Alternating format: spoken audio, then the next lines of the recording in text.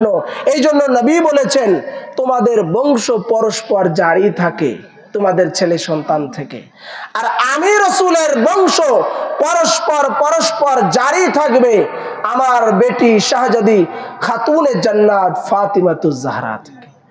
আপনাদের এলাকায় মন্ডল গোষ্ঠী আছে না? বিশাল বড় পরামানিক গোষ্ঠী আছে না?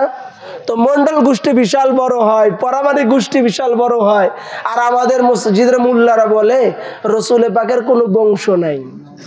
যিনি সাইয়্যিদুল মুরসালিন ইমামুল আম্বিয়া তার বংশ ছোট হবে?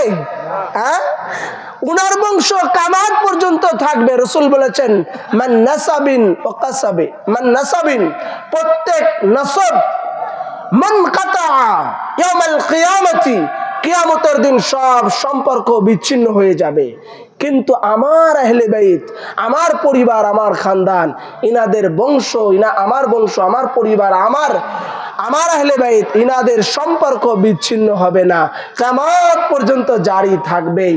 হাত্তা ইয়ারিদা আলাইহিল হাউস, যতক্ষণ হাউজে কাউসারে মিলিত না হব।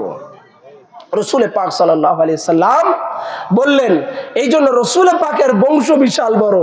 হাসান হুসাইন থেকে আলী ফাতেমা, হযরত আহলে বাইত রাসূল, হুজুর গৌসে পাক, খাজা মাইনুদ্দিন চিশতি, এইভাবে করে যত আহলে বাইত তাহার এসেছেন, কিয়ামত পর্যন্ত এই ধারা আস্তে আস্তে আস্তে আস্তে চলতে চলতে কিয়ামত পর্যন্ত চলবে। যেদিন নবীর বংশ থাকবে না সেদিনই কিয়ামত হবে, তার আগে না।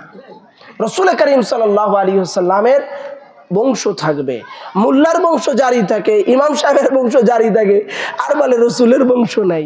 অথচ নামাজের মধ্যে বলতেছি আল্লাহুম্মা সাল্লি আলা মুহাম্মাদি ওয়া আলা আলি মুহাম্মাদ, আয় খোদা দুরুদ भेज दो নবী আমার আলে নবী पर।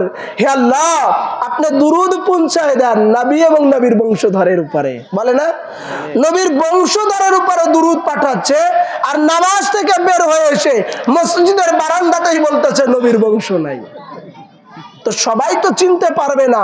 আহলে বাইতের মুহাব্বত করতে হলে, পাকে পাঞ্জাতুল পাকের মুহাব্বত করতে হলে কপালের দরকার, তকদিরের দরকার। ভাগ্য না থাকলে, কপালে না থাকলে কেউ আহলে বাইতের মুহাব্বত করতে পারবে না। তো রাসূল যখন বলে